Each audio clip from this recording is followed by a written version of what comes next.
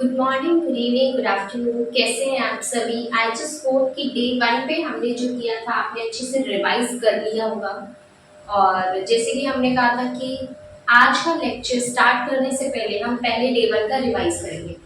तो वही हम करते हैं कि हमने चैप्टर स्टार्ट किया था, chapter number 1, that is introduction to strategic management, जिसके अंदर सबसे पहले हमने मतलब देखा था कि क्या होता है मतलब स्ट्रैटेजिक का और क्या होता है मतलब मैनेजमेंट का। स्ट्रैटेजिक का मतलब कुछ भी करना ताकि हम अपने प्लान्स को अचीव कर सके, उन्हें अकम्प्लिश कर सके। और मैनेजमेंट का हमने दो एस्पेक्ट से मतलब देखा था। पहला वो था कि ग्रुप ऑफ पीपल होते हैं जो कि स्टेट ऑफ अफेयर्स को संभालते हैं किसी भी ऑर्गेनाइजेशन में। और दूसरी चीज कि हमारे जो होते जितने भी काम है एक ऑर्गेनाइजेशन के अंदर, जितने भी फंक्शंस प्रोसेसेस होते हैं उन्हें प्रॉपर्ली मैनेज करना is also known as management. उसके बाद हमने क्या देखा था?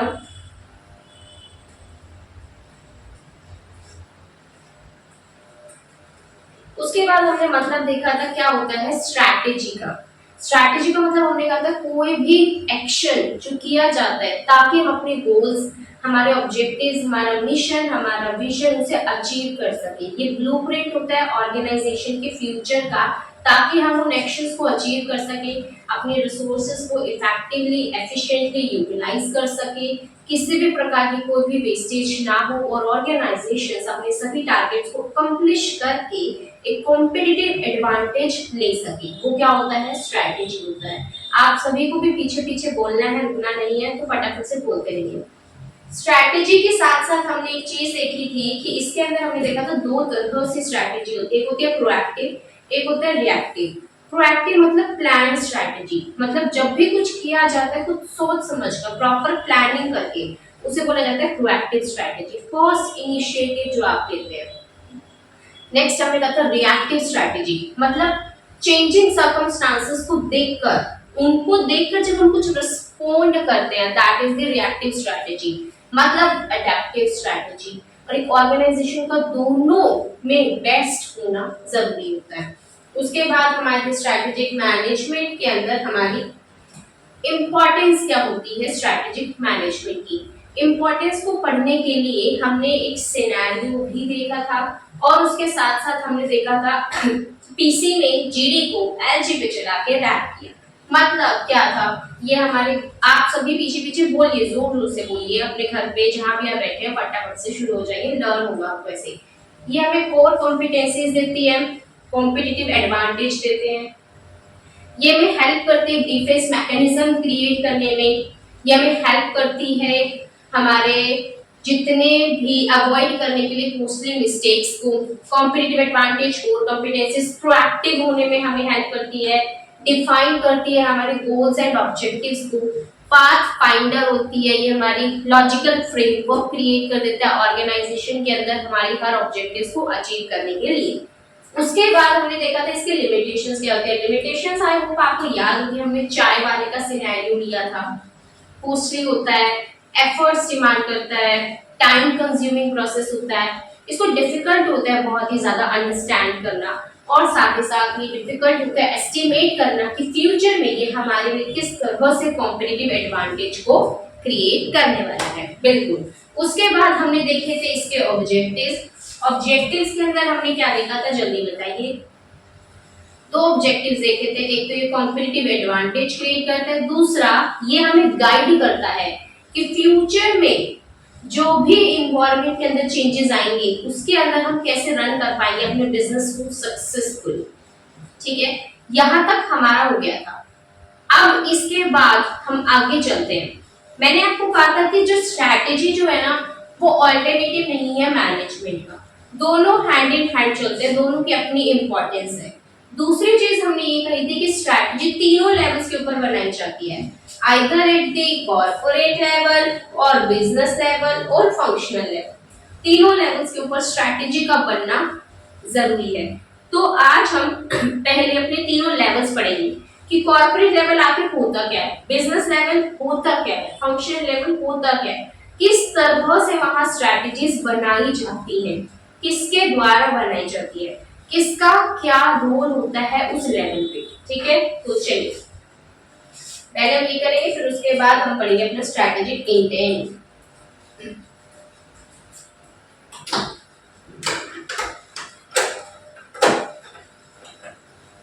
चलिए चलिए,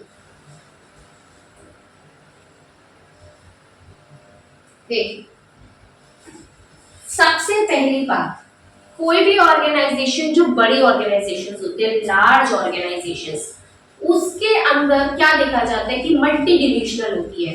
मतलब इसके अंदर अलग अलग डिपार्टमेंट्स बने होते हैं, डिविजन्स बनी होती है, जिनको एसबीयूज बोला जाता है, सेल्फ बिजनेस यूनिट।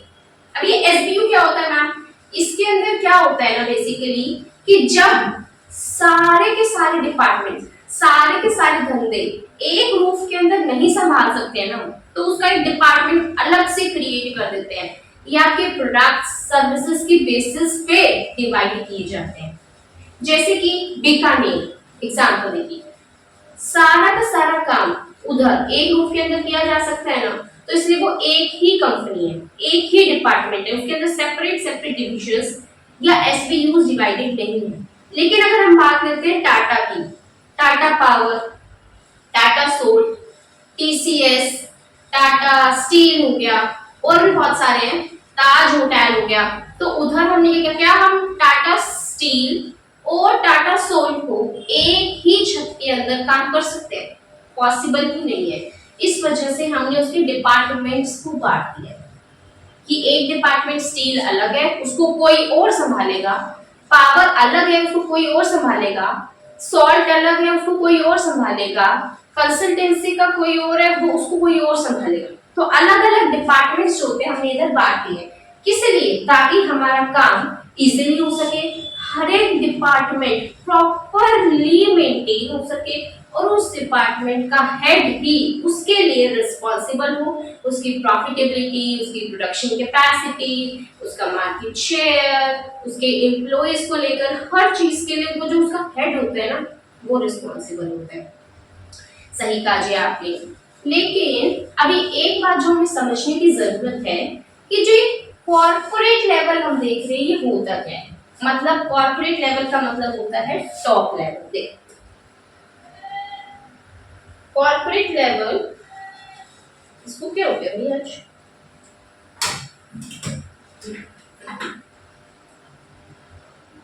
जिद्दी कर रहे हैं, जिद्दी।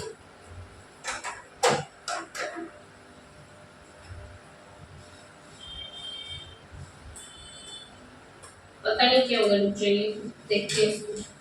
कॉर्पोरेट लेवल का मतलब होता है टॉप लेवल, बिजनेस लेवल को हम डिवीजन लेवल भी बोल देते हैं, मतलब मिडिल लेवल, और फंक्शनल लेवल मतलब हमारा लोअर लेवल। कॉर्पोरेट लेवल जो होता है सबसे ऊपर वाला लेवल होता है फर्स्ट। देखो,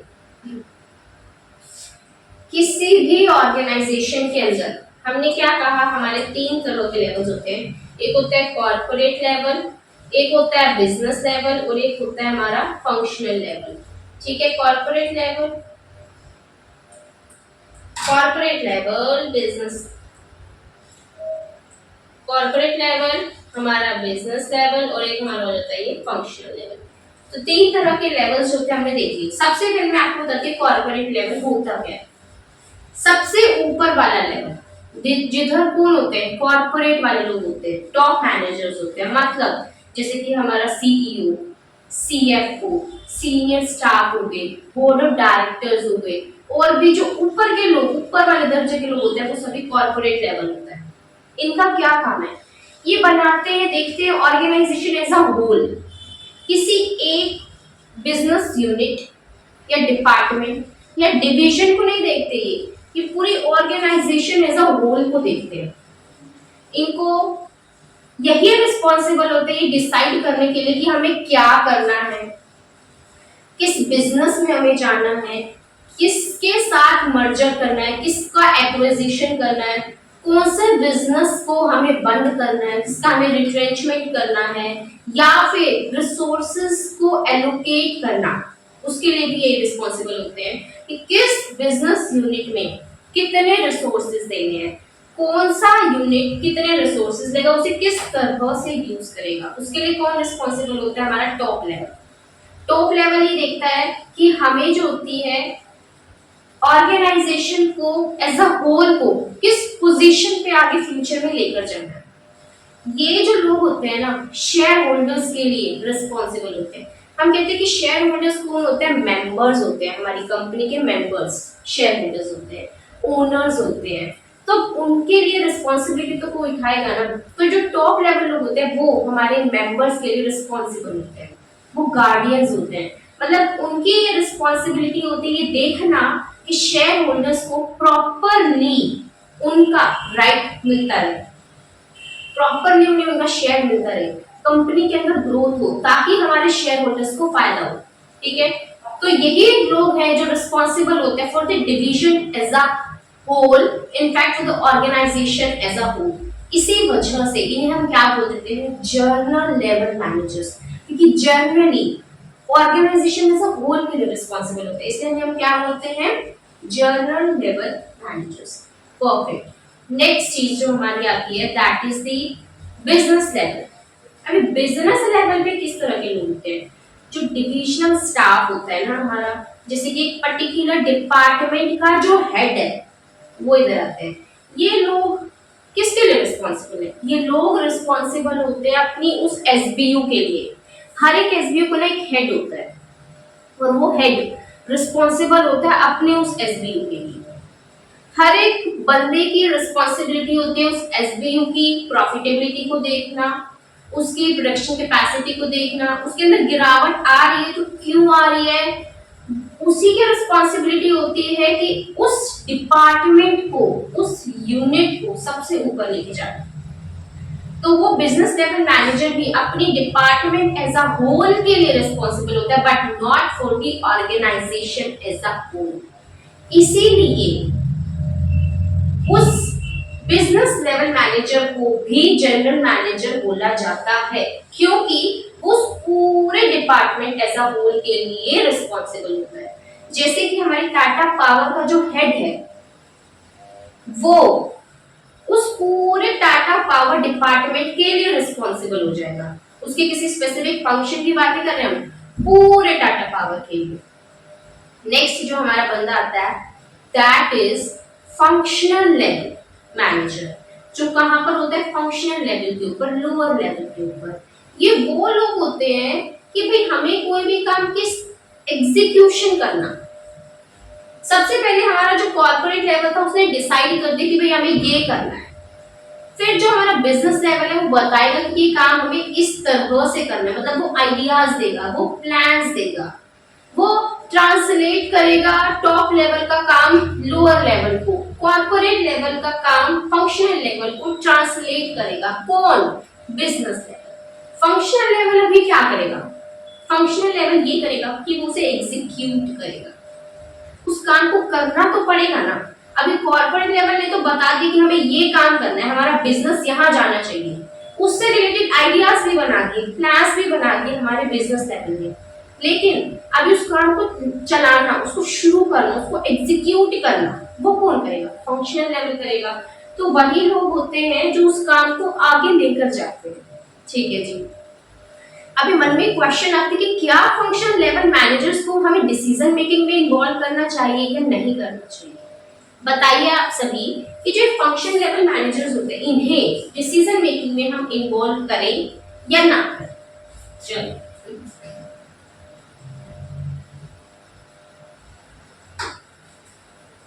देखिए, इनको इन्वॉल्व किया जाता है। क्यों किया जाता है? क्योंकि ये वो लोग होते हैं जो सबसे ज्यादा क्लोज होते हैं किसके? कस्टमर्स के। हमारे कस्टमर्स के सबसे ज्यादा क्लोज जो होता है वो होता है फंक्शनल लेवल मैनेजर्स। इसी वजह से उन्हें पता है कि किस काम को किस तरह से करना है, उन्हें पता है कि कैसे हम अपने कस्टमर्स को सेटिस्फाई कर सकते हैं, कि कस्टमर की डिमांड क्या है, वो क्या चाहता है, किस चीज से कस्टमर को बेटर सेटिस्फेक्शन होगी। इसलिए फंक्शनल लेवल मैनेजर्स को भी हमें डिसीजन मेकिंग में इन्वॉल्व करना चाहिए। फंक्शनल लेवल मैनेजर्स की हेल्प से ही तो कॉर्पोरेट लेवल और बिजनेस लेवल अपने गोल्स को अचीव कर पाएंगे, क्योंकि जब तक वो कंट्रीब्यूट नहीं करेगा तो ऑर्गेनाइजेशन के लिए चीज पॉसिबल ही कैसे हुई कि वो अपने टारगेट्स को अकम्प्लिश कर सके, उन्हें अचीव कर सके। ठीक है। तो फंक्शनल लेवल मैनेजर्स कुछ ऐसी इंफॉर्मेशन लेकर आता है जिसकी हेल्प से हम corporate level and business level के ऑब्जेक्टिव्स को अचीव कर पाते हैं। तो पहले अभी हम बुक में पढ़ते हैं कि बुक में कहते क्या है, उसके बाद हम क्या करेंगे, उसके बाद एक एग्जांपल मैं दूंगी सिनेरियो के साथ, आपको ये चीज एब्सोल्युटली क्लियर हो जाएगी। देखिए हमने कहा कि हमारे यहाँ पे 3 लेवल्स होते हैं।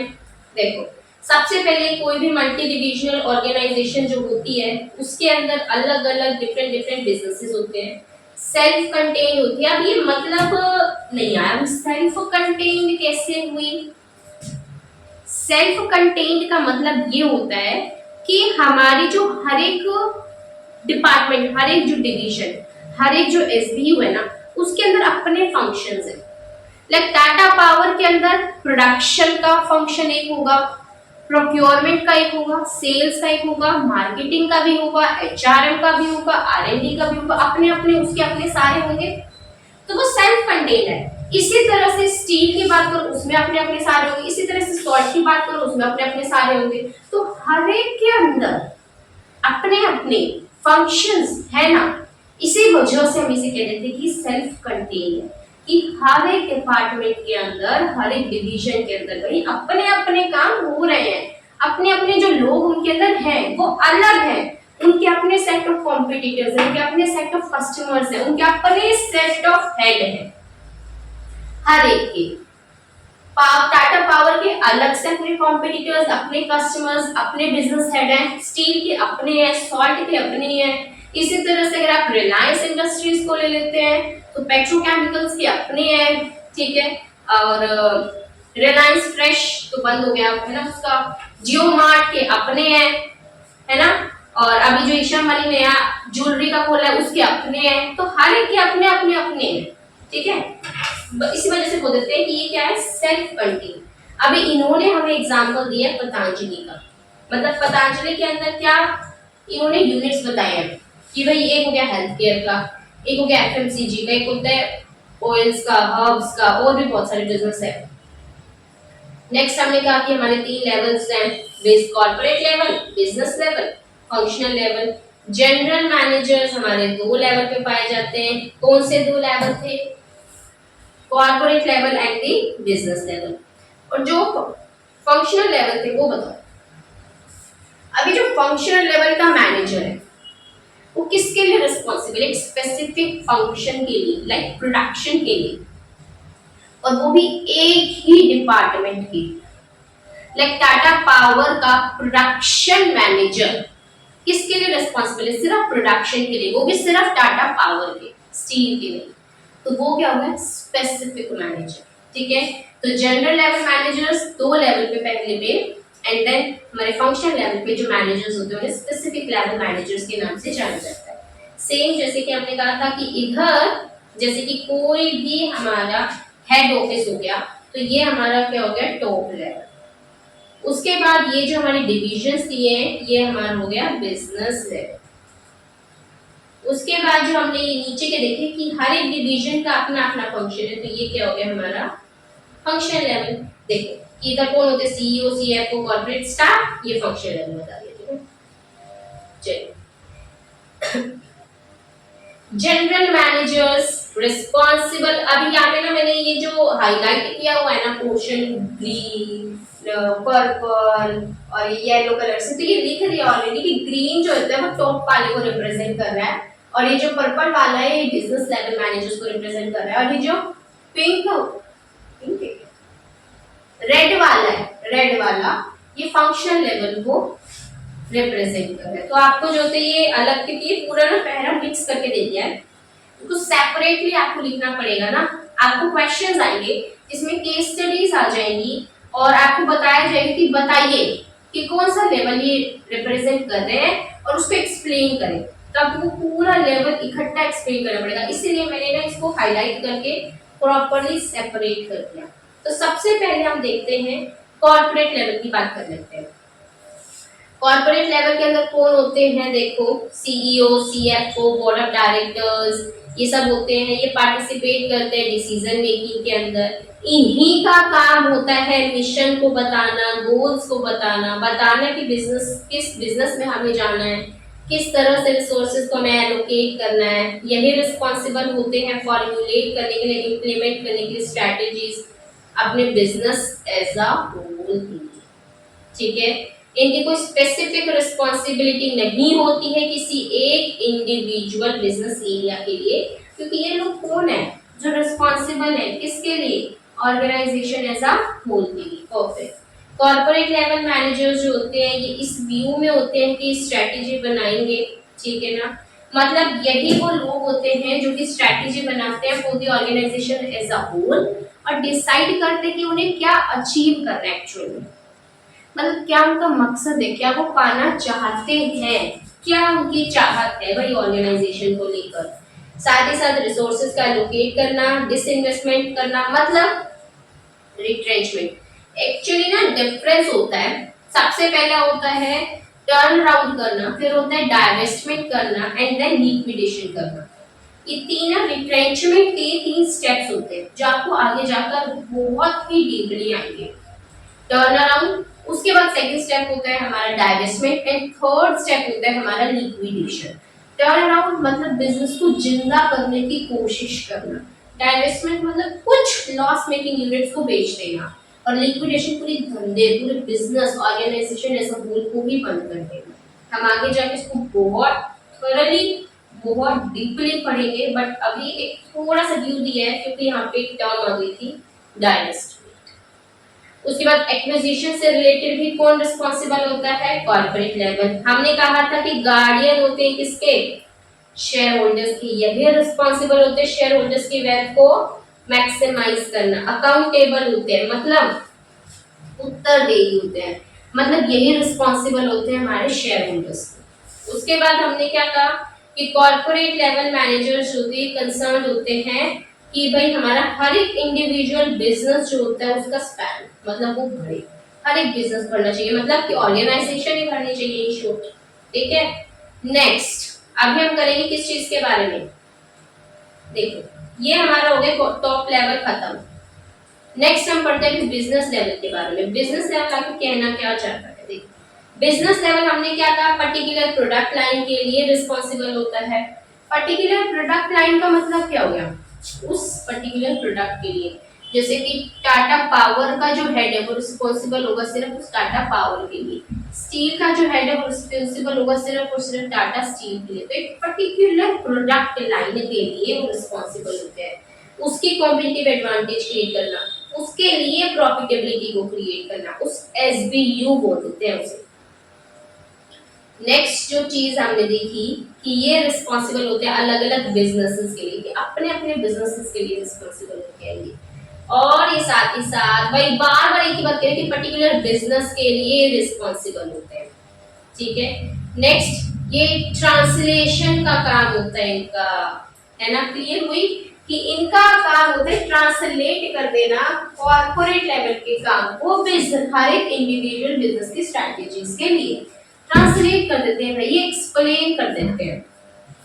उसके बाद हमने क्या कहा कि ये रिस्पॉन्सिबल होते हैं सेम चीज, ये स्ट्रेटजीज बनाते हैं अपने पर्टिकुलर बिजनेस के लिए, कि कॉर्पोरेट लेवल स्ट्रेटजी बनाएगा ऑर्गेनाइजेशन एज अ होल के लिए, लेकिन जो बिजनेस लेवल है वो स्ट्रेटजी बनाएगा अपने उस पर्टिकुलर बिजनेस यूनिट के लिए। ठीक है, नेक्स्ट हम बात करते हैं अबाउट दी फंक्शनल लेवल।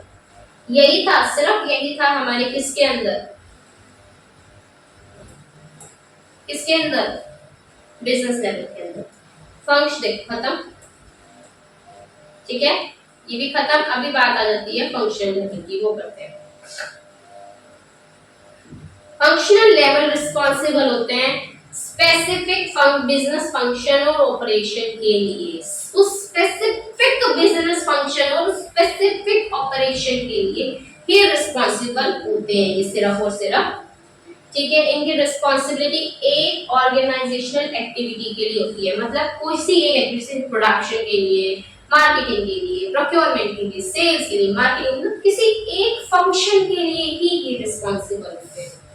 उसके बाद इनका क्या काम होता है, देखिए मतलब ये बहुत ही ज्यादा मेजर रोल प्ले करते हैं, मतलब nevertheless have a major strategic role. तो मतलब क्या होता है कि भाई हाँ, इनकी भी एक बहुत ज्यादा इंपॉर्टेंस है किसी बिजनेस के अंदर। क्यों है, हमने कहा था कि कुछ ऐसी इंफॉर्मेशन, कुछ ऐसे आइडियाज ले आते हैं जो कि हमें हेल्प करते हैं कॉर्पोरेट लेवल, बिजनेस लेवल की स्ट्रेटेजीज को अचीव करने के लिए। क्यों? क्योंकि ये सबसे ज्यादा कनेक्टेड होते हैं किसके साथ में, कस्टमर्स के साथ में। देखो इन्हीं की हेल्प से ये पॉसिबल है रियलिस्टिक फॉर्म करना एंड रियलिस्टिक करना, अटेन करना स्ट्रेटजीज को, किसकी, बिजनेस लेवल की एंड कॉर्पोरेट लेवल की। उसके बाद ये कुछ इंपॉर्टेंट आइडियाज लेकर आते हैं, ठीक है, स्ट्रेटेजी को इम्प्लीमेंटेशन ये करते हैं, हमने कहा था ऑलरेडी। देखो छोटा सा अमेजिंग सा चार्ट जो है यहाँ बनकर आ गया है। सबसे पहले हमें कहाँ compete करना है, ये कौन बताएगा आपको, कॉर्पोरेट, क्योंकि वही डिसाइड करता है हमें क्या करना है। तो कहाँ compete करना है, किस चीज से रिलेटेड compete करना है, कौन बताएगा आपको, कॉर्पोरेट लेवल बताएगा। उसके बाद हमारी एसबीओ, मतलब कि हमारा business level, how to compete, कैसे compete करना है, मतलब उस चीज से रिलेटेड प्लान्स बनाना, आइडियाज बनाना कि किस चीज को कैसे किया जाए। अब एक कॉर्पोरेट लेवल का हेड है, उसने बस बता दिया भाई ये करना है, मेरे को ये बिजनेस ऐसा चाहिए, उसने तो बस बोल दिया।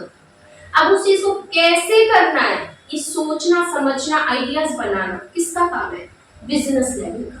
नाउ फंक्शनल लेवल क्या करेगा, हाउ टू इम्प्लीमेंट स्ट्रेटेजीज, की स्ट्रेटेजीज को इम्प्लीमेंट करना, उसको एक्चुअल एक्शन में लाना, उसको एग्जीक्यूट करना कौन करेगा, फंक्शनल लेवल करेगा, ठीक है।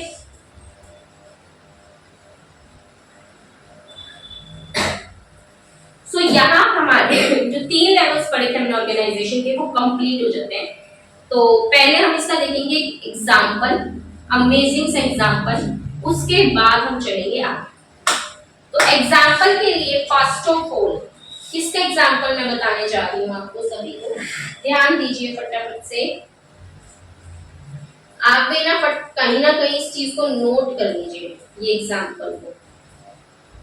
एग्जाम्पल हम बनाएंगे एक अच्छा सा, सबसे पहले बनेगा एग्जाम्पल किसका करने चाह रहे हैं, आजकल बहुत ज्यादा फेमस हो रही है कंपनी हमारी गूगल। हम जानते हैं गूगल को, बट एक्चुअल में जो गूगल है ना, वो एक बिजनेस यूनिट है, वो एक ऑर्गेनाइजेशन एज अ होल, मतलब उसकी पेरेंट कंपनी नहीं है, वो तो एक छोटा बच्चा है, छोटा बच्चा जो सबसे ज्यादा प्रॉफिटेबल है उस पेरेंट कंपनी का। तो हम कहते हैं अच्छा ऐसी बात है, तो फिर इसके भाई पेरेंट्स कौन है इस गूगल के, देखो उसका पेरेंट है अल्फाबेट।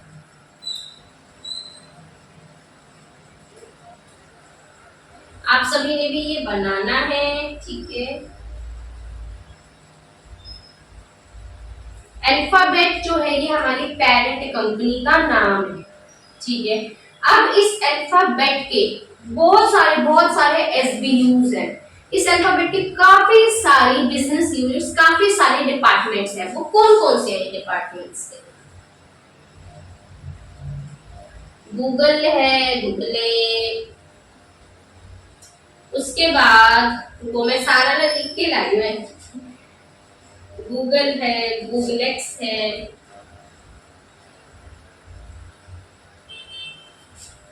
उसके बाद एक है इसका नेस्ट, मतलब काफी सारे हैं, सारे नहीं लिखूंगी।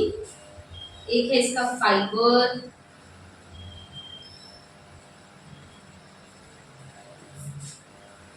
एक इसके अंदर एक ऐसा भी कुछ है, मतलब है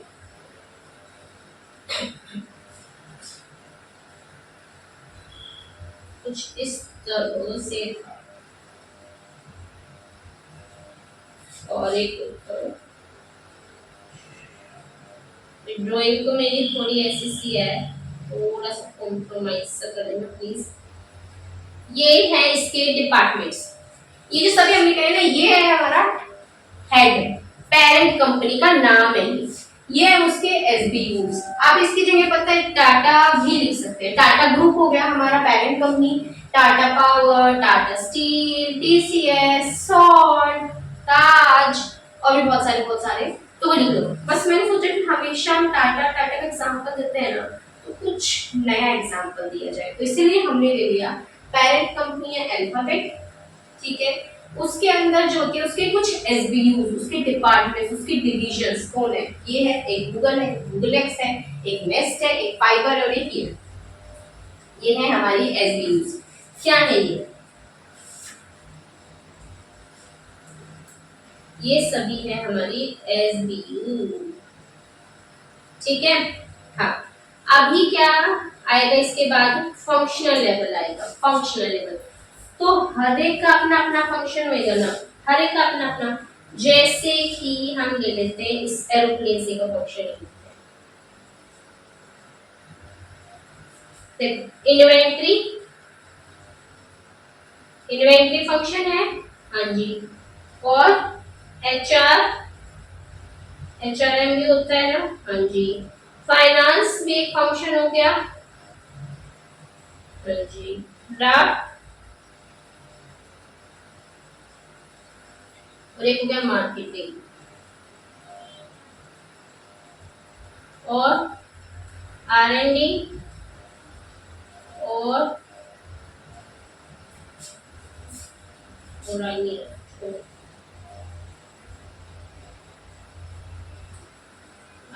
ठीक है। अभी ये क्या है, ये मुझे बताओ, ये क्या है, ये है फंक्शंस।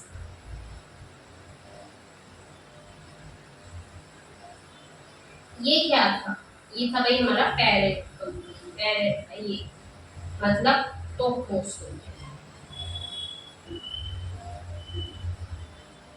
ठीक है। तो ये हमारा यहाँ तैयार हो गया एक स्ट्रक्चर। तो सबसे पहले टॉप लेवल की अगर बात आती है तो वो हो गया alphabet. Business level, division levels की बात आती है तो ये हो गया, और अगर फंक्शनल लेवल की बात आती है तो ये हो गए। इसी तरह से अगर हम फंक्शंस की बात करें ना, इसी तरह से गूगल के जो फंक्शन है उसकी भी ऐसे लिख लेंगे, गूगल एक्स के निकाले उसके भी लिख लेंगे, नेक्स्ट के भी, सभी के जो होते हैं फंक्शंस क्या है हमारे निकल जाएंगे। ओ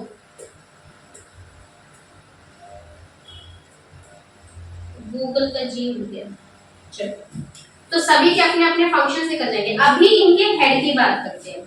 अभी हेड कौन है भाई, तो इससे आपको पता चलेगा कि वो मैनेजर बंदा कौन है हमारा।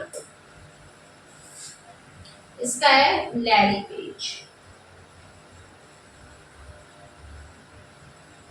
और एक है सर्जरी ब्रेन का, आप एक ही नाम लिख लो, लैरी पेज।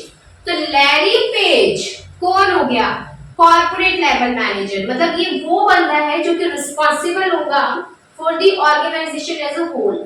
जब भी देखना होता है ना कि ये कुछ भी, जब भी डिसीजंस लेगा ना लैरी पेज, तो वो बनाएगा सभी डिविजन्स को ध्यान में रखते हुए, आज गूगल हो, गूगल एक्स हो, नेस्ट हो, कोई भी हो, फाइबर हो, सभी को ध्यान में रखते हुए जब डिसीजंस लेगा ना लैरी पेज, तो वो होगा टॉप लेवल मैनेजर्स, क्योंकि वो बिजनेस एज अ होल, भाई ऑर्गेनाइजेशन एज अ होल के लिए रिस्पॉन्सिबल है।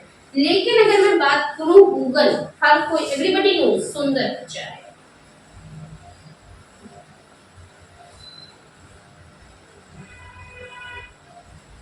ठीक है। अगर हम इसकी बात करते हैं, ये जो हमारा एरोप्लेन सा बना हुआ इसका है डेविड लॉवेल, ठीक है। Google X Astro Teller, Nest, Nest का टोनी, टोनी कक्कड़ नहीं है, ठीक है। फाइबर टैग ब्रेक, और इसके लिए हो गया ऑर्थर।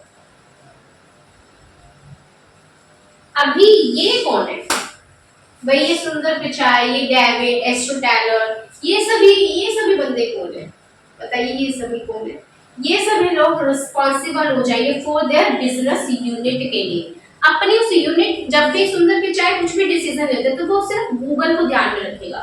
सुंदर पिचाई ने कोई डिसीजन लिया तो वो गूगल को ध्यान में रखेगा, गूगल एक्स के लिए नहीं लेगा, वो सिर्फ गूगल के लिए ही लेगा।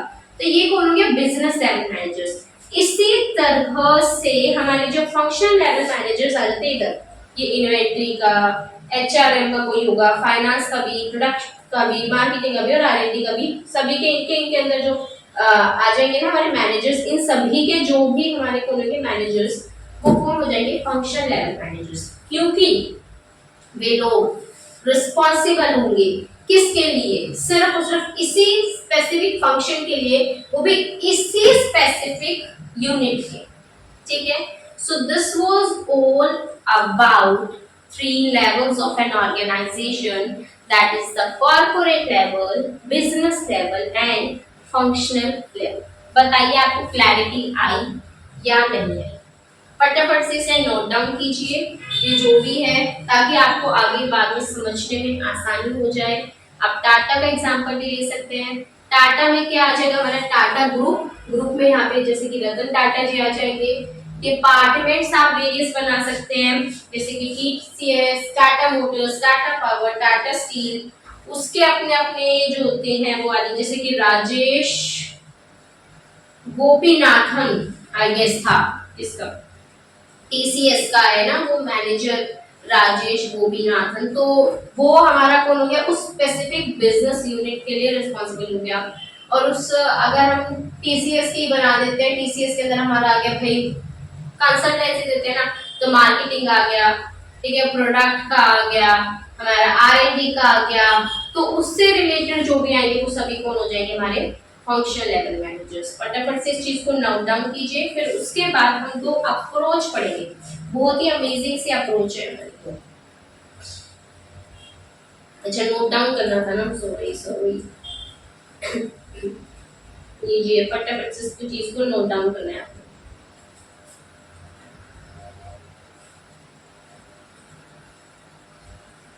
जल्दी जल्दी से नोट डाउन कर लीजिए।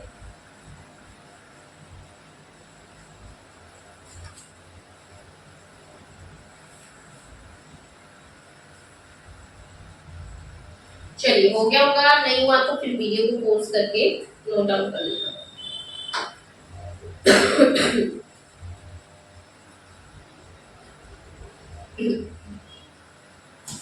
दो अप्रोच आती है, एक होती है टॉप डाउन अप्रोच और एक आती है हमारी बॉटम अप अप्रोच।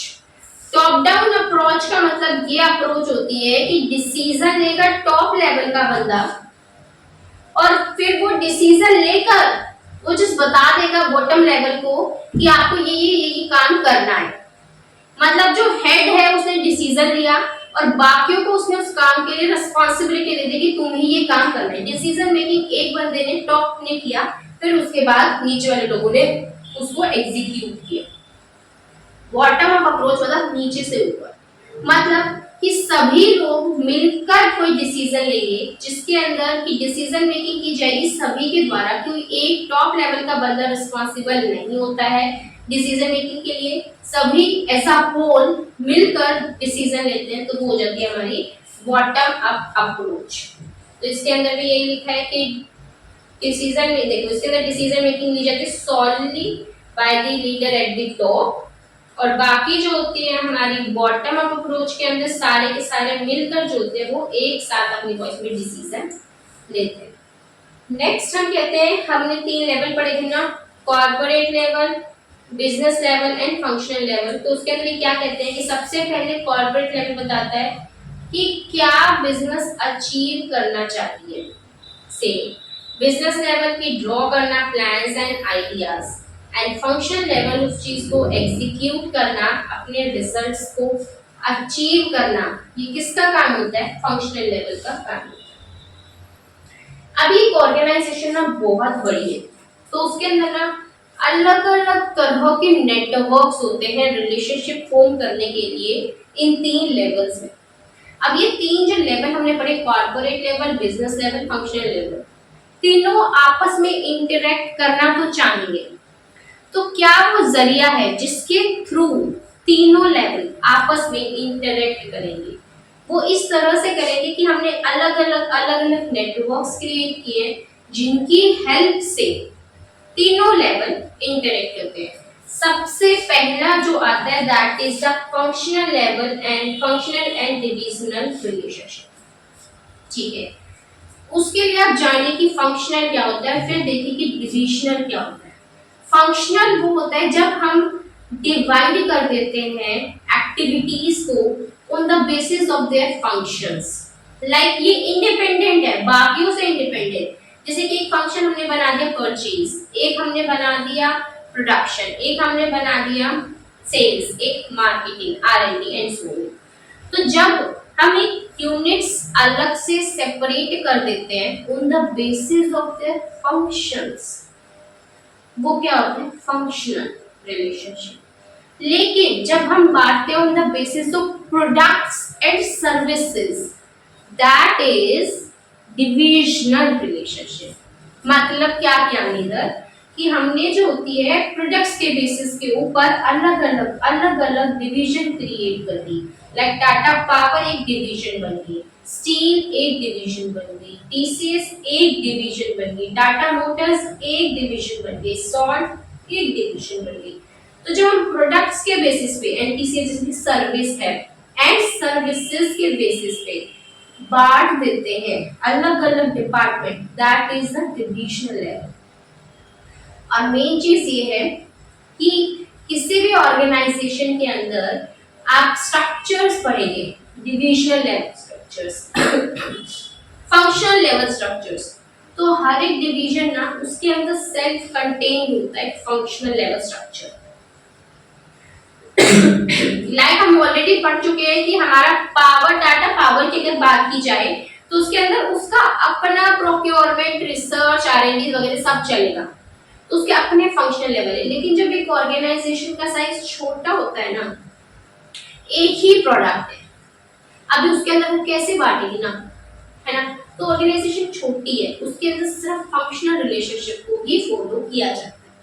तो ये दोनों आपस में बिल्कुल सेपरेट होते हैं, इंडिपेंडेंट होते हैं। जहां पर कोई बिजनेस लेवल मैनेजर जो होता है वो अपने बिजनेस के हिसाब से एक रिलेशनशिप फॉर्म कर लेता है, और जब फंक्शनल लेवल मैनेजर होता है वो अपने काम के हिसाब से फॉर्म करता है। देखो क्या कहते हैं, इंडिपेंडेंट रिलेशन होता है इनका। ठीक है, हर एक फंक्शन को लेकर, हर एक डिवीजन को लेकर। मतलब कोई टाटा पावर वाला सिर्फ उसी के लिए रिस्पॉन्सिबल है, उसका अपना इंडिपेंडेंट रिलेशन है उस पावर के साथ। स्टील का अपना है, उन दोनों का आपस में नहीं है। वो उसके लिए पूरी तरह से कॉन्ट्रीब्यूटेड है, और टाटा पावर वाला और स्टील वाला अपनी डिवीजन के लिए पूरी तरह से कॉन्ट्रीब्यूटेड है। वो आपस में एक दूसरे को लेकर रिस्पॉन्सिबल नहीं है। लेकिन एक बात बताइए, जो बिजनेस लेवल वाला होता है वो रिस्पॉन्सिबल किसको हो जाएगा, कॉर्पोरेट लेवल को, और जो फंक्शनल लेवल वाला होता है वो रिस्पॉन्सिबल किसको हो जाएगा, बिजनेस वालों को। हाँ जी, तो जो बिजनेस लेवल मैनेजर्स दो जो हैं वो आपस में रिस्पॉन्सिबल नहीं है, लेकिन वो अकाउंटेबल किसको हो जाएंगे, कॉर्पोरेट लेवल वाले को। इसी तरह से जो फंक्शनल लेवल मैनेजर्स होते हैं, एक डिपार्टमेंट के फंक्शनल लेवल मैनेजर्स और दूसरे डिपार्टमेंट के फंक्शनल लेवल मैनेजर्स आपस में वो इंडिपेंडेंट है, लेकिन वो रिस्पॉन्सिबल है अपने अपने बिजनेस लेवल मैनेजर्स। ठीक है, हाँ जी। तो वही कह रहे हैं ये कि बिजनेस लेवल मैनेजर्स रिपोर्ट करता है बिजनेस के हेड को। ठीक है, मतलब कि कॉर्पोरेट लेवल, मतलब बिजनेस लेवल मैनेजर कह लिए उसका हेड कौन है, corporate level manager. And functional level वाला जो होता है वो किसको रिस्पोंड करता है, किसको डायरेक्टली रिपोर्ट करता है, बिजनेस वालों को। ठीक है, इन्होंने बता दिया कि डिविजन्स को बांटा जाता है on the basis of product और फंक्शन, जैसे कि हमारी फाइनेंस, HR है।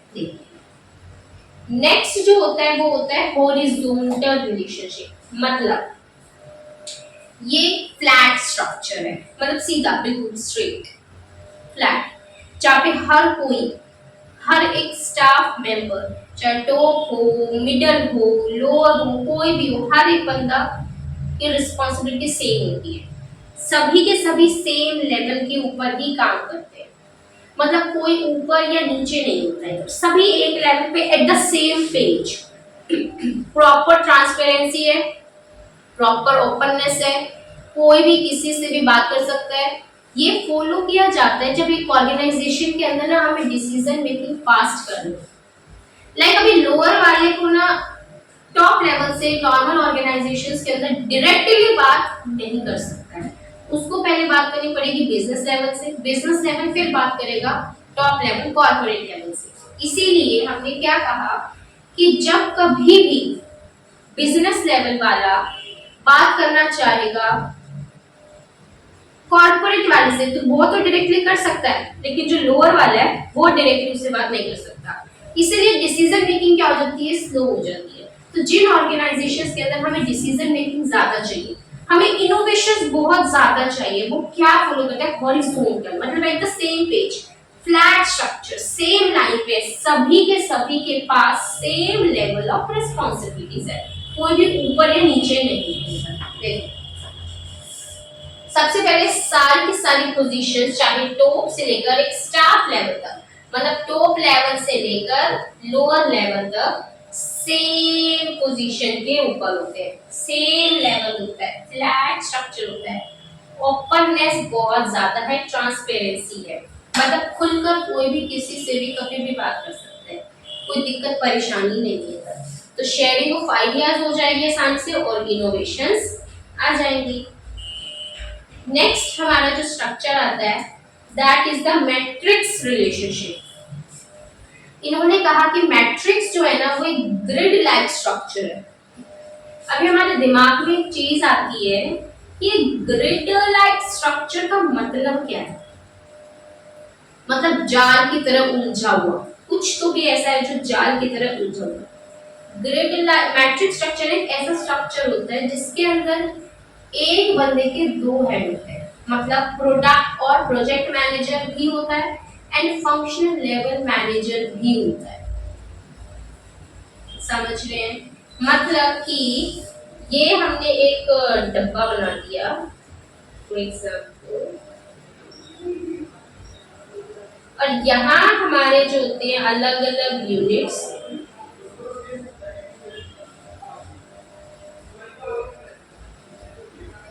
इसके अंदर हमारा जो होती है इधर हमारा फंक्शनल लेवल आ जाएगा और इधर हमारा प्रोडक्ट और प्रोजेक्ट आ जाएगा। लाइक इधर हम ले लेते हैं कि कोई भी प्रोडक्ट हो गया टीसीएस, ठीक है। फंक्शंस क्या हो गए हमारा, जैसे कि प्रोडक्शन का हो गया, तो मान लीजिए इधर हो गया प्रोडक्शन, इधर हो गया हमारा फाइनेंस, इधर हो गया हमारा मार्केटिंग। तो इधर के जो एम्प्लॉयज है ना फंक्शनल लेवल, वो इधर भी आएगा, इधर भी आएगा, इधर भी सेम, इधर ले लेते हैं स्टील,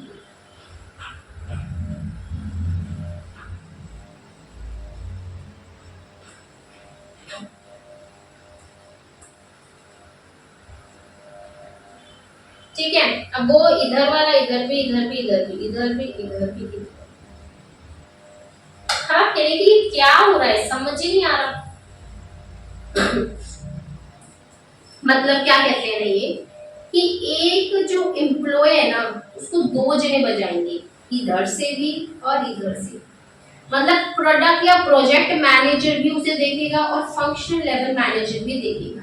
एक बंदा एम्प्लॉय है, ठीक है, कौन से डिपार्टमेंट के अंदर वो एम्प्लॉय है, वो है हमारी प्रोडक्शन डिपार्टमेंट के अंदर का एम्प्लॉय है, और वो किस प्रोडक्ट के अंदर है, बताइए मुझे, वो किस प्रोडक्ट के अंदर वो बंदा एम्प्लॉय है, ये बता दीजिए फटाफट से।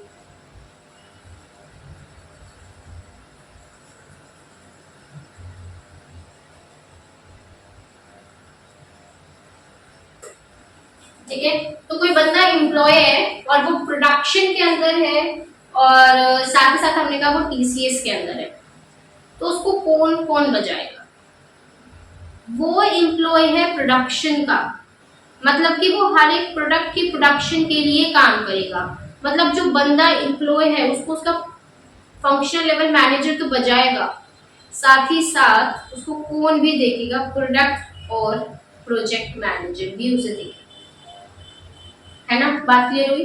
तो मतलब कि हमारे जो होती है प्रोडक्शन मैनेजर, ये एम्प्लॉय है E1, ये एम्प्लॉय है E1, और उसके लिए उसको कौन देखेगा? प्रोडक्शन मैनेजर जो है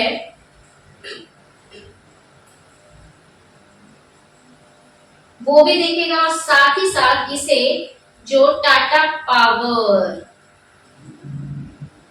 का जो हेड है वो भी देखेगा। अभी ये एम्प्लॉय को ना दो दो जने बजाएंगे, इधर से भी और इधर से। ये होता है मैट्रिक्स स्ट्रक्चर। मतलब जब एक बंदे को पनिशमेंट देने के लिए भी दो लोग हैं, रिपोर्ट्स देने के लिए भी दो लोग हैं, इधर से भी फटकार रहे हैं, इधर से भी फटकार रहे हैं, और वो बेचारा बीच में फंस गया। इसको बोलते हैं मैट्रिक्स क्रिएट करते हैं, काइंड ऑफ जाल, ग्रिड स्ट्रक्चर क्रिएट करते हैं। मतलब किसी भी एक एम्प्लॉय को ना उसके लिए, उसके सुपरविजन के लिए कितने लोग हैं? दो लोग हैं। प्रोडक्शन मैनेजर भी देख रहे हैं उस एम्प्लॉय को, काम कर रहा है सही से, और इधर से वो प्रोडक्ट मैनेजर तो काम कर रहा है कि नहीं सही से, तो वो भी देख रहे हैं। जब दो लोग एक ही बंदे को देखते हैं कि वो ढंग से काम कर रहा है या ना कर रहा है, तब उसे बोल देते हैं मैट्रिक्स स्ट्रक्चर। अब वो एम्प्लॉय रिस्पांसिबल, अकाउंटेबल किस किस को हो जाएगा? दोनों को, प्रोडक्शन वाले को भी, प्रोडक्ट वाले को भी, मतलब फंक्शनल मैनेजर को भी एंड बिजनेस लेवल मैनेजर्स को भी, दोनों को रिस्पांसिबल है। अदरवाइज हम कहते थे कि फंक्शनल लेवल के अंदर जो काम कर रहे हैं एम्प्लॉइज, वो रिस्पांसिबल होते हैं फंक्शनल को, फंक्शनल रिस्पांसिबल होते थे बिजनेस को, बिजनेस रिस्पांसिबल होते थे कॉर्पोरेट। हम ये चीज करते थे क्या? दोबारा से, एम्प्लॉय है वो किसको रिस्पांसिबल है? फंक्शनल को, फंक्शन बिजनेस को, बिजनेस कॉर्पोरेट को। लेकिन इधर उल्टा काम हो गया, ये एम्प्लॉय रिस्पांसिबल है फंक्शन को भी, यही एम्प्लॉय रिस्पांसिबल है हमारे प्रोडक्ट को भी। तो ये इधर उसको दो जने जब फटकारते हैं ना, तब होते हैं। इससे क्या होता है ऑर्गेनाइजेशन के अंदर, किसी भी काम को हम प्रॉपर नहीं करते हैं, हमारे रिसोर्सेज का ना ही ओवर यूटिलाइजेशन होगा, ना ही अंडर यूटिलाइजेशन होगा। इससे क्या होगा, हमारे बिजनेस के अंदर ज्यादा इनोवेशंस आएंगी, वो एम्प्लॉय एक्सपर्ट हो जाएगा, स्पेशलाइजेशन आ जाएगी। तो ये हमारा मैट्रिक्स स्ट्रक्चर कहता है कि यहाँ पे जब more than one business level managers होते हैं हर एक फंक्शनल टीम्स के लिए, मतलब ये ग्रिड लाइक स्ट्रक्चर हो जाता है। मतलब कि एक बंदे के ऊपर एक से ज्यादा मैनेजर्स का आ जाना, मतलब प्रोजेक्ट और प्रोडक्ट मैनेजर भी उसे देखेगा, साथ ही साथ उसे फंक्शन लेवल मैनेजर भी देखेगा। तो वो हमारा क्या होता है? Matrix structure, matrix relationship. मतलब जब functional level, business level, corporate level आपस में एक मैट्रिक्स स्ट्रक्चर के फॉर्म में रिलेशन बनाते हैं एक दूसरे से कम्युनिकेट करने के लिए। तो ये हम क्या कर रहे थे? हम कर रहे थे कि हमारी तीनों लेवल में आपस में रिलेशनशिप कैसे बनेगा। हम वर्टिकल फंक्शनल भी बना सकते हैं, हम डिविजनल भी बना सकते हैं, हम हॉरिजॉन्टल भी बना सकते हैं, हम वर्टिकल भी बना सकते हैं, या फिर हम मैट्रिक्स भी बना सकते हैं। बात क्लियर हो जानी चाहिए। कंज्यूम कर लीजिए फटाफट से इस चीज को।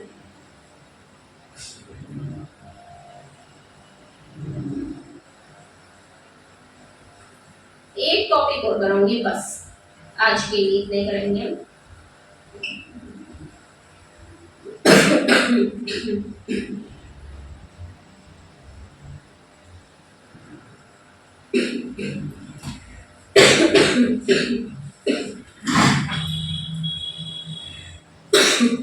कंज्यूम कर लो उस चीज को। अभी तक जो करवाया है, 3 टाइप ऑफ हमने लेवल्स पढ़े हैं अभी तक, साथ ही साथ उसके अंदर हमने क्या पढ़ा है कि हमारे किस तरह से नेटवर्क्स क्रिएट होते हैं।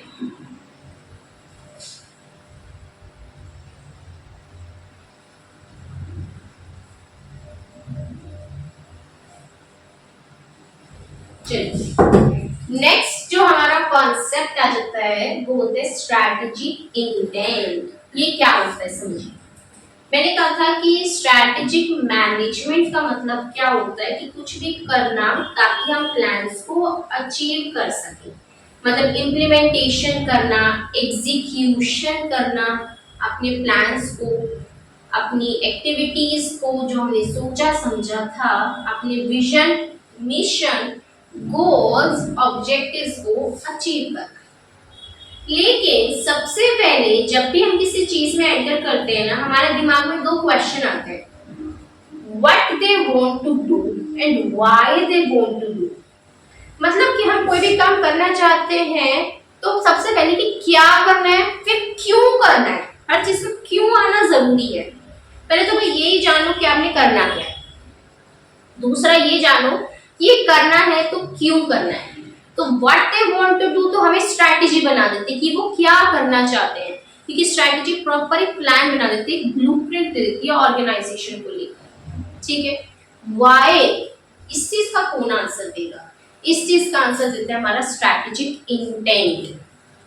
स्ट्रैटेजिक इंटेंट बताता है कि पर्पस क्या है भाई ऑर्गेनाइजेशन का, आप ये कर रहे हैं क्यों कर रहे हैं, क्या पर्पस क्या है आपका इस चीज को करने का। मतलब कोई भी एक्टिविटी जब हम कर रहे हैं तो वो हम क्यों कर रहे हैं, आपका पर्पस बताइए, आप क्यों कर रहे हैं उस चीज को। तो जब पर्पस की बात आती है ना, आप किसी चीज का वाई की जब बात आ जाती है, वो बताता है स्ट्रैटेजिक इंटेंट। इंटेंट मतलब वो काइंड ऑफ स्ट्रक्चर जो कि अपने अंदर बहुत सारी चीजों को समाये हुआ है, और ये बताता है कि इस ऑर्गेनाइजेशन के अंदर अगर ये एक्टिविटी की जा रही है तो क्यों की जा रही है, किस चीज को अचीव करने के लिए की जा रही है, इससे क्या मकसद है ऑर्गेनाइजेशन का इस एक्टिविटी को कैरी आउट करने के लिए। तो वाई का आंसर जब भी हमें चाहिए ना, वो कौन देता है, हमारा इंटेंट देता है। गेटिंग जी, परफेक्ट। उसके बाद इंटेंट के अंदर आता क्या क्या, हमारा स्ट्रैटेजिक इंटेंट पूरे एक स्ट्रक्चर है। सबसे पहले होगा विजन, फिर होगा मिशन, फिर आएगा हमारे goals and objectives, and then उस चीज को चलाने वाला वैल्यू एंड वैल्यू सिस्टम। एक बना हुआ इधर चार्ट देखो, ये पूरा स्ट्रैटेजिक इंटेंट के कंपोनेंट्स है। पहले होता है इंटेंट, मतलब वाई, कोई भी काम आपने करना है तो क्यों करना है, आपका पर्पस क्या है। उस वाई में क्या आता है, विजन आता है, मिशन आता है, गोल्स एंड ऑब्जेक्टिव, उस चीज को रन करने वाला वैल्यू सिस्टम कि ऑर्गेनाइजेशन की क्या वैल्यूज है, उसका क्या कल्चर है। ठीक है ना, कि हर एक चीज जब भी हम करते हैं ऑर्गेनाइजेशन की उसकी एथिक्स, उसकी वैल्यूज में रहकर ही तो करते हैं ना। तो बस ये उसी चीज को एक्सप्लेन करते हैं कि आपका वैल्यू सिस्टम के अंदर एज अ होल हमारा विजन होना चाहिए, मिशन होना चाहिए, हमारे गोल्स होने चाहिए, ऑब्जेक्टिव्स होने चाहिए। तो अभी इंटेंट तो हमने देख लिया कि होता क्या। देखो, इंटेंट हमने कहा पर्पस बताते हैं कि ऑर्गेनाइजेशन का, उसके सर्वाइवल का किसी भी काम को क्यों करना चाहते हैं, व्हाई, कि ऑर्गेनाइजेशन की सक्सेस के लिए, उसकी ग्रोथ के लिए काफी ज्यादा क्या होता है, इंपॉर्टेंट होता है। और इंटेंट के अंदर जो विजन होता है, मिशन होता है, ये कौन बताता है, कॉर्पोरेट लेवल। हम ऑलरेडी कर चुके हैं कि कॉर्पोरेट लेवल का ही काम होता है ये बताना कि विजन क्या है, मिशन क्या है, हमें क्या बिजनेस करना है, क्या एक्विजिशन, क्या मर्जर होगा, कैसे रिसोर्सेज का एलोकेट करें, सब किसका काम था, कॉर्पोरेट लेवल का। तो इससे वही चीज रिपीट करिए, नथिंग एल्स।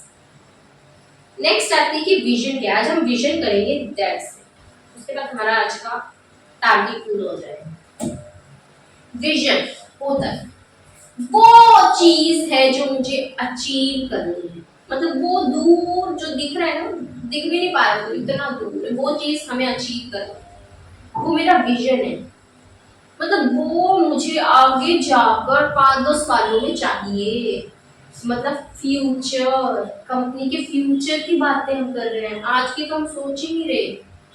हम तो बता रहे कि ऑर्गेनाइजेशन क्या चाहती है, ऑर्गेनाइजेशन की एस्पिरेशंस, उसकी चाहत क्या है, फ्यूचर में कोई बिजनेस क्या बनना चाहता है, उसकी मैनेजमेंट की क्या एस्पिरेशंस है फ्यूचर को लेकर। ये एक रोड मैप देती है कंपनी को, बिजनेस को, उसके फ्यूचर को लेकर।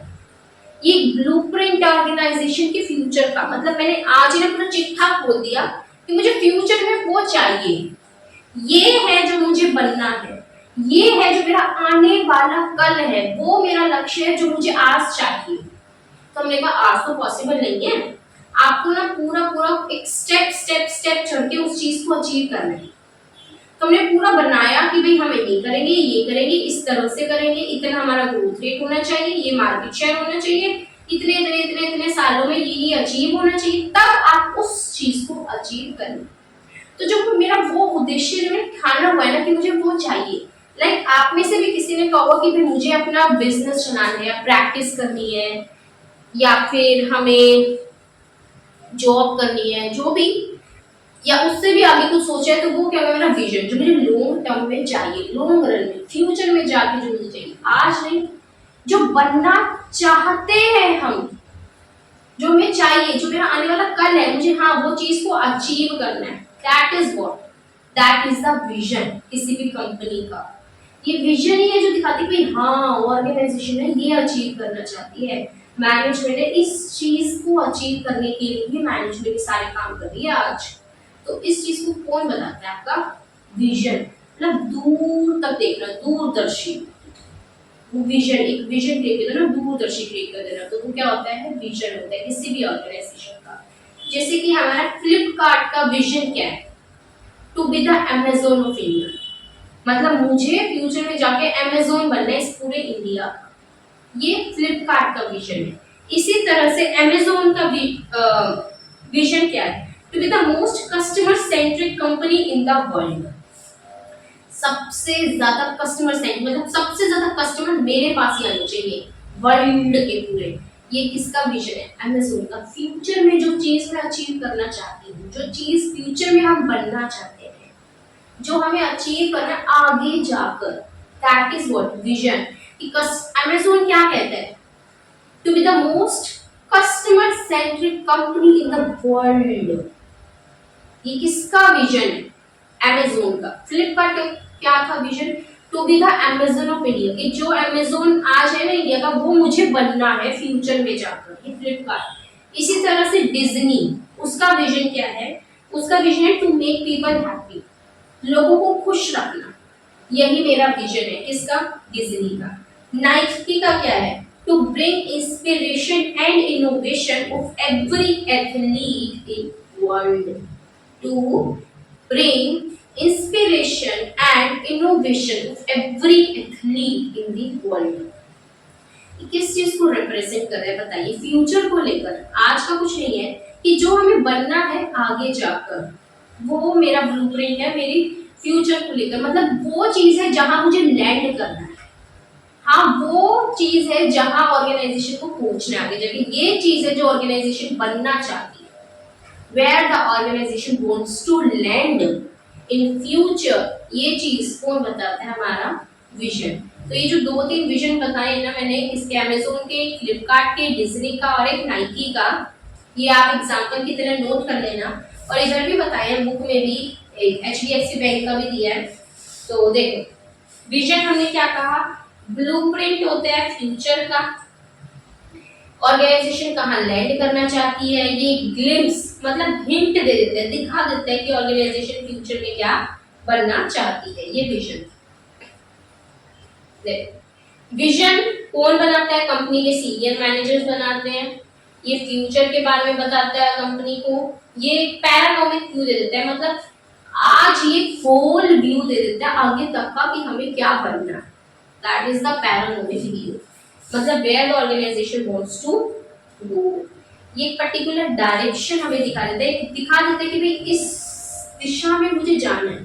तो हर एक बंदे को ऑर्गेनाइजेशन के अंदर, एक ऑर्गेनाइजेशन के अंदर जब भी टॉप मैनेजर्स अपने विजन को कम्युनिकेट करते हैं ना, तो उसके वजह से हर एक बिजनेस लेवल मैनेजर को या हर एक फंक्शन लेवल मैनेजर को एक डायरेक्शन दिख जाती है कि भाई हाँ ऑर्गेनाइजेशन उस चीज को अचीव करना चाहती है, तो ऑर्गेनाइजेशन की हर एक एक्टिविटी जो होगी ना उस चीज को अचीव करने के लिए ही होनी चाहिए। तो ये हमें क्या दे देते हैं? पर्टिकुलर डायरेक्शन दे देते हैं, एक पाथ दे देते हैं जो कि फॉलो किया जाएगा फ्यूचर में, और इसी की हेल्प से ऑर्गेनाइजेशन की आइडेंटिटी मूव होगी।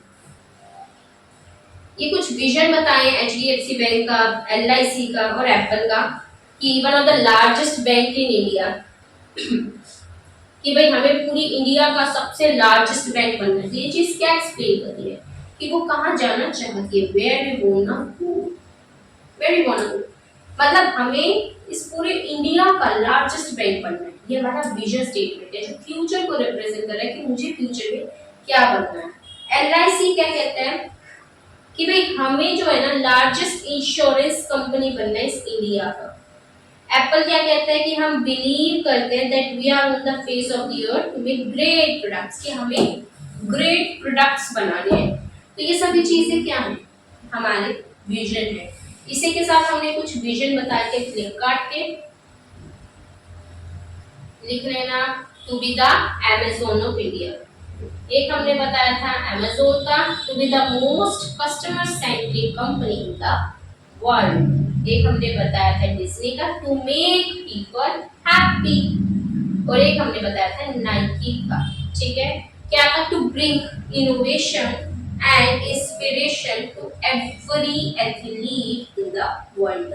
ये हमारा किसका था, नाइकी। नेक्स्ट आते हैं कुछ एसेंशियल्स विजन को बनाते वक्त, कि जब भी हम कोई विजन बनाते हैं तो कौन कौन सी बातें हैं जिन्हें हमें ध्यान में रखना चाहिए। मतलब क्या क्या जरूरतें हैं किसी भी विजन को बनाते वक्त, कि जब कभी भी आप किसी विजन को बनाएं तो किन बातों को आपको ध्यान में रखना है किसी भी विजन को बनाने से पहले। आप खुद सोचिए, बहुत ही बेसिक है। विजन बात कर रहा है फ्यूचर की, आज की तो बात नहीं हो रही। देखो आपने पहले खुद सोचना है, हम सोचेंगे इस चीज को ट्रांसलेट करेंगे और आप उस चीज को अपने आप ही फॉर्म कर देंगे। देखो विजन क्या कह रहे हैं, सबसे पहले भाई मैं आज बता रही हूँ कि मुझे फ्यूचर में क्या बनना है। आज बात की जा रही है फ्यूचर को लेकर, तो मतलब इंटेलिजेंट होना बंदे का जरूरी है ना, इंटेलेक्चुअल होना जरूरी है, उसको सोचना समझना पड़ेगा क्रिएटिवली, बहुत ध्यान से उसे सोचना पड़ेगा। मतलब मैं आज बैठी हूँ, मैं बैठे बैठे तो सोच रही हूँ कि मेरी कंपनी का आगे क्या बनना चाहती है कंपनी, फ्यूचर में अपने आप को किस तरह से, तो सोच रही हूँ तो मतलब थिंक करना क्रिएटिवली। इंटेलेक्चुअल एक्सरसाइज है ये, माइंड से भाई सोचना तो पड़ेगा ना, इंटेलेक्चुअल तो है ही। दूसरी बात, तीसरी बात, एंथुसियाज्म होना चाहिए, मतलब आपके अंदर वो एक होना चाहिए उत्साह, एक जागरूकता होनी चाहिए कि भाई हाँ हमें वो विजन को बनाना है अपनी कंपनी का या अपनी ऑर्गेनाइजेशन का। एंथुसियाज्म होना जरूरी है किसी भी विजन को फॉर्म करने से पहले, तो इसलिए कहते हैं कि एंथुसियाज्म भी होना जरूरी है विजन के लिए। साथ ही साथ नेक्स्ट कहते हैं कि अगर एक बेस्ट विजन होगा ना तो वो आपको डायरेक्शन देगा, जैसे कि हमने कहा था कि विजन आपको हेल्प करता है डायरेक्शन देने में, पाथ डिसाइड कर देता है। बस वही एसेंशियल्स है। एसेंशियल्स का मतलब ही क्या है कि विजन को बनाते वक्त किन किन बातों को ध्यान में रखना है, कि भाई हमें सोचना पड़ेगा अच्छे से क्रिएटिवली, एक इंटेलेक्चुअल काम है। अगर हम एक अच्छा विजन बनाएंगे ना तो ये हमें डायरेक्शन देगा, पाथ दिखाएगा, और साथ ही साथ और एक चीज कहती है एक एंथुसियाज्म का होना भी बहुत जरूरी है विजन को बनाते वक्त, ठीक है। तो भाई थिंक करना क्रिएटिवली, क्योंकि आप फ्यूचर के लिए आज प्रिपेयर हो रहे हैं। उसके बाद इंटेलिजेंट एंटरप्रेन्योरशिप है, ठीक है, मतलब इंटेलिजेंट एंटरप्रेन्योरशिप का मतलब होता है कि आप एज अ बिजनेस लीडर, आप ओनर है इस कंपनी का, आप ही प्रमोटर हैं, आप ही है वो जिसने इस बिजनेस के आइडिया आया और आपने इसको इनिशिएट किया, तो आपका इंटेलिजेंट होना काफी जरूरी है। एंथुसियाज्म हो इस चीज को बनाने का, विजन को, साथ ही साथ अगर कोई बेस्ट विजन होगा तो ये डायरेक्शन देगा आपके ऑर्गेनाइजेशन के अंदर, एक पाथ बताएगा कि आपको क्या पाथ फॉलो करना है।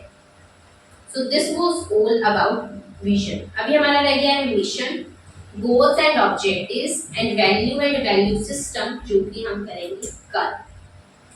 आज इतना किया, पहले क्या किया जाएगा हमेशा की तरह रिवाइज, और फिर माइंड अप।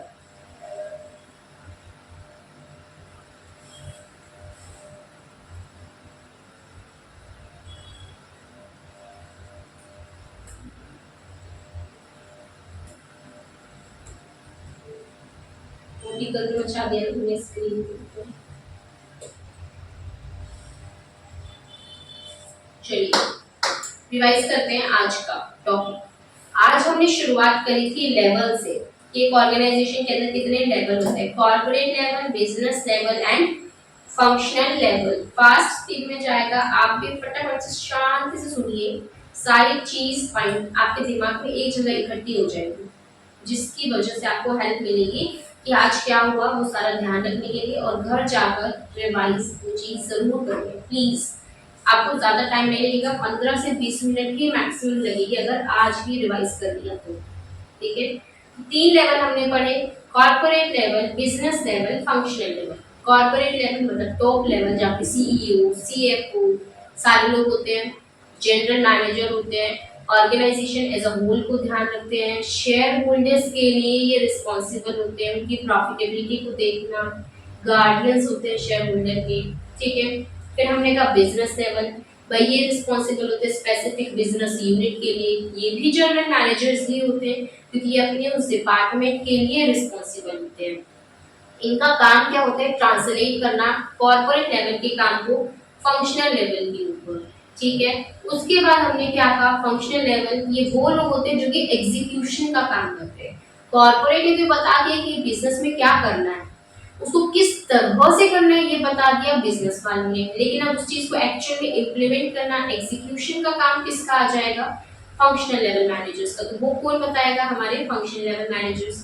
कस्टमर से सबसे ज्यादा अटैच होते हैं, कुछ ऐसे आइडियाज लेकर आते हैं जिसके वजह से ये पॉसिबल होता है रियलाइज करना, किसको, corporate level and business level के जितने भी ऑब्जेक्टिव्स थे, उन्होंने जितने भी स्ट्रेटेजीज को डिसाइड किया था। नेक्स्ट हमने क्या कहा था कि ये तीनों होने के बाद हमने 2 अप्रोच पढ़ी थी, एक थी हमारी टॉप डाउन अप्रोच, एक थी bottom up approach. Top down जिसमें हमारा एक बंदा हेड डिसाइड कर डिसीजन लेता है, बाकी सभी उसको फॉलो करते हैं। और बॉटम अप में हमने क्या देखा था कि नीचे वाला एक जो बंदा, सारे आपस में मिलकर डिसीजन लेते हैं और काम करते हैं। फिर हमने देखे थे नेटवर्क्स, अलग अलग तीनों लेवल्स में रिलेशनशिप फॉर्म करने के लिए हमने बड़ा functional and divisional relationship, horizontal relationship and matrix relationship, ये आपने रिलेशन देखे। उसके बाद हमने क्या देखा, बताइए फटाफट से, मैं सोच रही हूँ, बस यही था। उसके बाद हमने देखा इंटेंट क्या होता है, कि किसी भी ऑर्गेनाइजेशन के अंदर हम क्यों किसी चीज को करते हैं, उसका पर्पस क्या है, ऑर्गेनाइजेशन का सर्वाइवल का क्या पर्पस है, उस चीज को एक्सप्लेन करने का काम किसका होता है, इंटेंट का होता है। एब्सोल्युटली।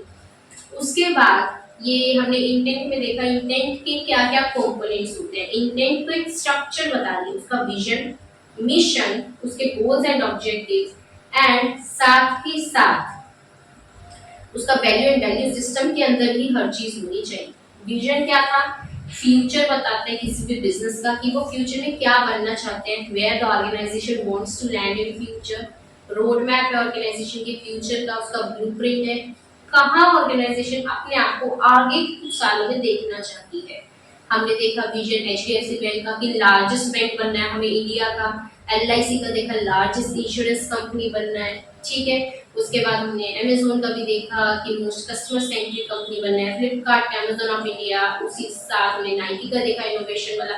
और उसके बाद हमने क्या देखा, एक और देखा था आई गेस, डिज्नी का देखा था। ठीक है, और ये हमारा विजन स्टेटमेंट यहाँ कंप्लीट हो गई थी। उसके बाद हमने देखा एसेंशियल्स क्या होते हैं, कि विजन को बनाते वक्त किन चीजों को ध्यान में रखना चाहिए। सबसे पहली चीज कि भाई आपको थिंक करना पड़ता है क्रिएटिवली, आपका इंटेलिजेंट एंटरप्रेन्योरशिप होना बहुत जरूरी है, एक एंथुसियाज्म होना जरूरी है, अंदर से आना चाहिए कि विजन बनाना है, अदरवाइज नहीं बना पाएंगे। और अगर एक बेस्ट विजन होगा ना तो वो आपकी कंपनी को डायरेक्शन देगा फ्यूचर के लिए। So this was all about vision, and हमारा ये चीज भी कंप्लीट हो गई है सक्सेसफुली। तो अभी आपने क्या करना है, इस चीज को घर जाके रिवाइज करना है, बहुत ही अच्छी तरह से थोड़ा सा टाइम देकर रिवाइज जरूर कर लीजिएगा। जो चीज कल करवाई थी वो भी साथ में हो सके तो प्लीज कर लेना रिवाइज। आई नो कि थोड़ा सा बर्डन होगा इस टाइम पे सारी क्लासेस को देखना, बस 15-20 मिनट निकाल लो, इसको कर लो प्लीज। मैंने देख कल भी कराया पूरा सिलेबस टॉपिक, फिर उसके बाद रिवीजन करवाई, आज स्टार्ट करने से पहले लेक्चर को फिर रिवीजन करवाई। ठीक है, देखो 3 बार तो कर लिया, एक बार आपने भी कर लिया तो 4 बार तो भी हो गया, आगे भी हम करेंगे, पूरे पूरे मैराथन्स भी लेंगे, इंडिविजुअल चैप्टर की रिवीजन भी हम करेंगे, तो आप भी कीजिए। बस इतना ही कहना आज तो। और अगर आपको ये अच्छा लगा तो प्लीज़ लाइक कर देना वीडियो को, ताकि मुझे भी काइंड ऑफ एंथुसियाज्म मिल सके कि आपको अच्छा लग रहा है, समझ आ रहा है। और जो भी आपके रिव्यूज़ हैं कमेंट सेक्शन में लिखिए, जो भी डाउट्स आ रहे हैं कमेंट सेक्शन में लिखिए। कुछ और एग्जांपल्स जानना चाहते हैं तो बता दीजिए कमेंट सेक्शन में, तो मैं और भी काफ़ी सारे एग्जांपल्स मैं भी इकट्ठे कर लूँगी। Thank you. कल मिलते हैं अपनी डे 3 वाली क्लास में, लेक्चर 3 में, और हमारे चैप्टर कल कंप्लीट हो जाएगा। ठीक है, तो 3 दिन में ये चैप्टर वाइंड अप हो जाएगा। उसके बाद हम अपना नेक्स्ट चैप्टर स्टार्ट करेंगे। तो बस आज के लिए इतना ही। Bye bye.